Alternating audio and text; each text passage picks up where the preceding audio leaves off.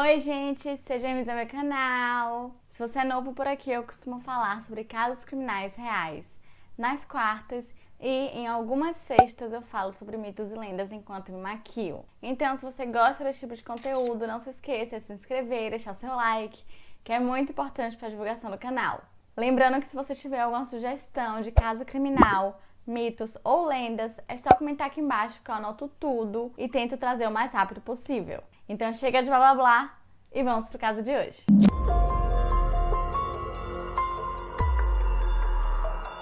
A fazenda Intercaifeck era uma fazenda solitária e ficava localizada perto de uma floresta, fora da cidade de Gröberg, na Alemanha. E lá era a casa de Victoria Gabriel, de 35 anos de idade, seus dois filhos, Casilia Gabriel, de 7, e Joseph, de 2 anos. E também seus dois pais idosos, Andres e Casilia Gruber. No dia 30 de março de 1922, a fazenda experimentou algumas ocorrências estranhas.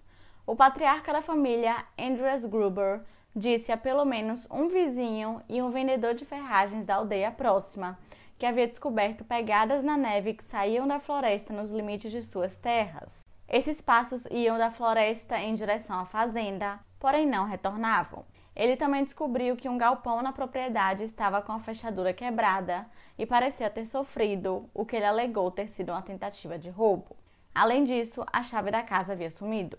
Mais tarde, naquela mesma noite, a família acordou tarde porque sua filha, Victoria, fugiu no meio da noite e o resto da família estava procurando por ela. Durante a busca, Andrews encontrou um jornal em sua propriedade que não pertencia à família e disse às pessoas no dia seguinte que não sabia de onde poderia ter vindo. Algo que Andrews também mencionou aos vizinhos foi que uma vaca foi solta à tarde da noite e ele teve que sair para pegá-la e amarrá-la novamente. De acordo com relatos, ele sentiu que a vaca poderia ter sido solta de propósito. A última coisa estranha que Andrews fez questão de mencionar aos outros foi que ele tinha ouvido passos no sótão, mas sempre que subia para investigar, não encontrava nada. E foi então, na noite seguinte, na noite do dia 31 de março de 1922, que os assassinatos ocorreram. E naquela noite, haviam 6 pessoas na fazenda. Andres Gruber e sua esposa Casilia Gruber, assim como sua filha Victoria e seus netos Joseph e Casilia Gabriel. A 6ª pessoa na casa naquela noite era a nova empregada doméstica, Maria Baumgartner, que estava no seu primeiro dia de trabalho. Andres e Casilia, junto com Victoria e Casilia Gabriel, foram assassinados no celeiro, e depois de matar esses membros da família, o assassino entrou na casa e matou Joseph e Maria. As autópsias revelaram posteriormente que todos os membros da família haviam sido golpeados várias vezes na cabeça, exceto por Joseph, que levou apenas um golpe, e na época ele tinha apenas 3 anos de idade. Além disso, a mandíbula da jovem Casilia, a Casilia Gabriel, havia sido quebrada por consequência dos golpes, e acredita-se que ela ficou viva durante um bom tempo depois de tudo isso, pois em algum momento, acredita-se pelo desespero, ela começou a puxar mechas do cabelo que foram encontradas ainda agarradas em suas mãos. Os vizinhos ficaram preocupados no dia 1º de abril de 1922, quando a jovem Casilia faltou à escola e a família inteira não compareceu à igreja onde Victoria era membro do coro. Casilia voltou a faltar às aulas no dia 3 de abril e a essa altura a correspondência para a família começou a se acumular no correio local. No dia 4 de abril, os vizinhos da família decidiram investigar e Lawrence Schillenbauer, um fazendeiro que morava nas proximidades, liderou o grupo de busca. Durante esses 4 dias, várias pessoas pararam em Intercaifeck para visitar a família, porém ninguém nunca atendia a porta.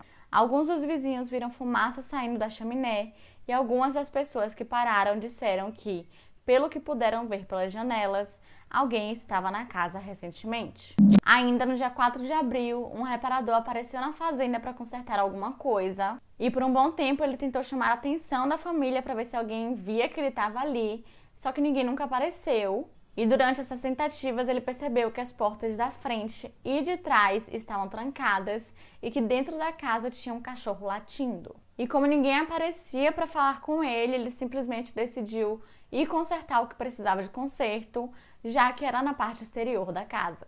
Pouco tempo depois, os vizinhos apareceram na fazenda para descobrir o que estava acontecendo com a família. E ao entrarem no celeiro, eles encontraram os 4 primeiros corpos empilhados um em cima do outro. E então, horrorizados com aquela cena toda, eles entraram na casa e foi aí que eles encontraram Joseph e Maria. A polícia imediatamente foi chamada, só que a esse ponto, muita gente já tinha entrado e saído da casa. E para vocês terem noção, um dos vizinhos chegou a comer a comida na cozinha. Esse crime abalou muito as comunidades vizinhas, porém ninguém nunca foi acusado. E até hoje esse crime continua sem solução e apenas um ano depois do crime, quando a fazenda foi demolida, que foi quando eles encontraram a arma do crime. Tinha sido um enxadão, uma ferramenta que Andrews tinha feito ele mesmo. A enxada estava coberta de sangue seco e junto com ela também foi encontrado um canivete enferrujado. Os assassinatos de Intercaifeck continuam sendo um dos crimes mais assustadores e mais famosos, sem solução da Alemanha. Os relatórios das autópsias da família, conduzidas pelo médico da corte, Dr. Johann Baptist Almüller, pintam um quadro horrível de seus ferimentos. A mais velha Casilha mostrou sinais de estrangulamento e 7 golpes na cabeça, que a deixaram com o crânio rachado. O rosto de seu marido, Andrews, estava coberto de sangue e as maçãs do rosto projetavam-se. O crânio de Victoria foi esmagado, sua cabeça apresentava 9 feridas em forma de estrela e o lado direito de seu rosto havia sido atingido por um objeto contundente. A mandíbula inferior da Casilha mais jovem tinha sido quebrada e seu rosto e pescoço cobertos por feridas circulares abertas. Dentro da casa da fazenda, o pequeno Joseph e a empregada Maria Baumgartner tiveram um destino semelhante. Maria foi morta por golpes transversais na cabeça em seus aposentos e Joseph por um golpe forte no rosto em sua cama no quarto de Victoria. Como os corpos no celeiro, os deles também estavam cobertos. O de Maria com seus lençóis e o de Joseph com um dos vestidos de sua mãe. Os animais da fazenda e um cão de guarda permaneceram ilesos. Na verdade, ao que tudo indica, eles haviam sido cuidados e alimentados após a morte da família, o que com certeza é muito esquisito e assustador. A polícia inicialmente desconfiou de andarilhos ou de viajantes com má reputação, devido ao fato de que naquela época ter ocorrido vários roubos, então era uma coisa que já estava meio comum naquela região.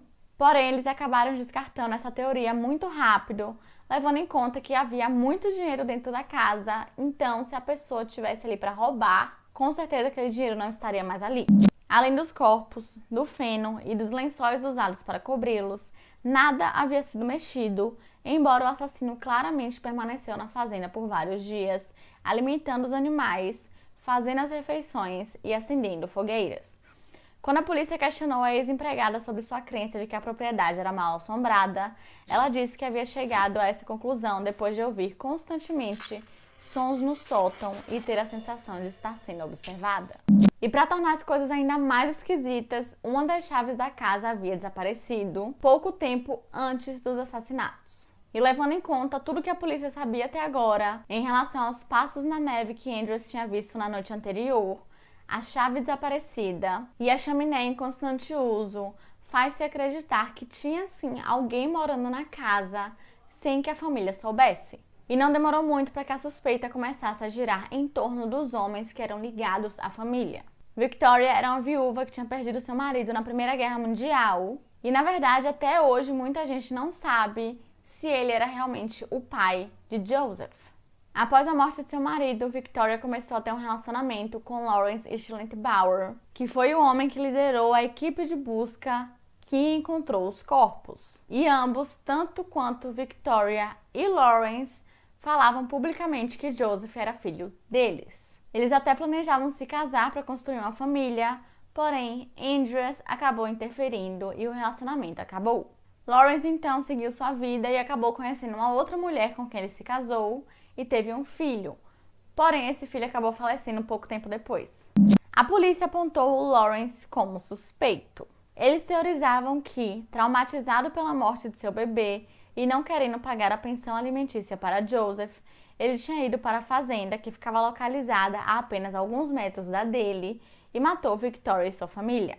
A teoria foi reforçada pelo fato de que algumas pessoas que estavam com ele durante a investigação inicial haviam considerado seu comportamento suspeito. Eles disseram que ele agia indiferente, vendo e manuseando os corpos sem sinais de repulsa. Ele também conhecia muito bem a fazenda. A polícia interrogou Lawrence extensivamente, mas não foi capaz de colocá-lo de forma conclusiva na cena do crime. Seu comportamento poderia ser explicado pelo choque e seu conhecimento da fazenda por seu relacionamento com Victoria. E agora, com Lawrence eliminado da lista de suspeitos, a polícia começou a desconfiar de Cole Gabriel, o ex-marido de Victoria. Sim, o que tinha morrido na Primeira Guerra Mundial. E eles teorizavam que Carol havia voltado da guerra para matar a família. Só que por motivos óbvios, essa teoria não durou muito tempo, porque logo eles descobriram que Carl havia sido declarado morto na França quase uma década antes e que vários soldados amigos dele chegaram a confirmar o corpo. Outra teoria que surgiu na época era de que Joseph era filho de Victoria e Andrews, o avô. E então acredita-se que alguém da família acabou descobrindo esse segredo e então matou todo mundo e depois se matou. E as tendências de Andrews com o incesto, na verdade, eram bem conhecidas na comunidade, muita gente sabia. Supostamente, Andrews havia tido outras filhas com Casilha, mas Victoria foi a única que sobreviveu aos abusos do pai. E muita gente acredita que eles realmente tinham um relacionamento, não era apenas abuso, e que meio que toda a família sabia disso, inclusive Casilha mãe. Eu tô passada, chocada. Meu Deus. Porém, essa teoria de que a pessoa teria matado toda a família e depois se matado não faz sentido pelos ferimentos que eles tinham. Só que a partir dessa teoria surgiu outra teoria também envolvendo Lawrence. Acredita-se que ele acabou descobrindo que Joseph não era filho dele, e sim de Andrews, e ele ficou furioso e então decidiu matar toda a família. Mas até hoje não tem nenhuma evidência de que isso realmente aconteceu ou que realmente ele descobriu. Só que todo mundo sabia, então tem muita chance dele ter sim descoberto. Só uma coisa podia ser afirmada com algum grau de certeza. Os crimes foram cometidos por alguém que conhecia bem uma fazenda, como evidenciado pela manutenção continuada após os assassinatos e pelo assassino empunhar a enxada. A brutalidade dos assassinatos sugere que eles foram cometidos por alguém com a vingança pessoal contra um ou vários dos Grubers. Mas a polícia na época não conseguiu encontrar respostas e acabou encerrando o caso, embora ele não continuasse encerrado por muito tempo. O caso Intercaifeck foi reaberto diversas vezes nos últimos 98 anos. Depois que a investigação encerrou, os corpos foram levados para autópsia e suas cabeças foram removidas e enviadas para clarividentes em Munique. Eu tentei achar o motivo pelo qual eles decapitaram as cabeças para enviar, e pelo que eu achei, a maioria das pessoas naquela época acreditavam que as maiores informações estavam retidas na cabeça, então não precisaria do corpo inteiro para eles analisarem. E também eu acredito que seria mais fácil de transportar, afinal 6 cabeças é menor do que 6 corpos. Só que infelizmente os clarividentes não encontraram nenhuma resposta e, para piorar ainda mais, eles acabaram perdendo as cabeças devido ao tumulto que estava tendo na época devido à Segunda Guerra Mundial. Em 1923, a fazenda foi demolida e a família foi enterrada ali, sem suas cabeças. E também as evidências iniciais do caso que foram coletadas estão perdidas ou muito velhas para que eles consigam realmente encontrar alguma coisa. Embora em 2017 a Academia de Polícia, desse lugar aqui, porque eu nunca vou conseguir falar esse nome, gente, passou a considerar o caso Intercaifeck como um caso arquivado. Por causa das técnicas forenses empregadas no caso, na investigação original, bem como a falta de evidências e também a morte de alguns dos suspeitos, eles foram incapazes de identificar o assassino de forma conclusiva, embora todos concordassem com uma teoria. Só que por respeito aos familiares sobreviventes das pessoas relacionadas ao crime, essa teoria é um segredo e ninguém sabe que teoria é essa. O que faz com que pareça improvável que algum dia esse caso vá ser resolvido, ou pelo menos descobrir o motivo. E quaisquer que sejam os segredos que a família Gruber guardou durante sua vida, está enterrado junto com eles. E como é basicamente isso que se tem sobre o caso, eu vou falar pra vocês um pouquinho sobre os suspeitos. Não todos, porque foram mais de 100. Um homem chamado Adolf Gump foi interrogado no dia 9 de abril de 1922 por uma possível ligação com os assassinatos, já que na época existiam alguns boatos de que ele estava tendo um relacionamento com Victoria.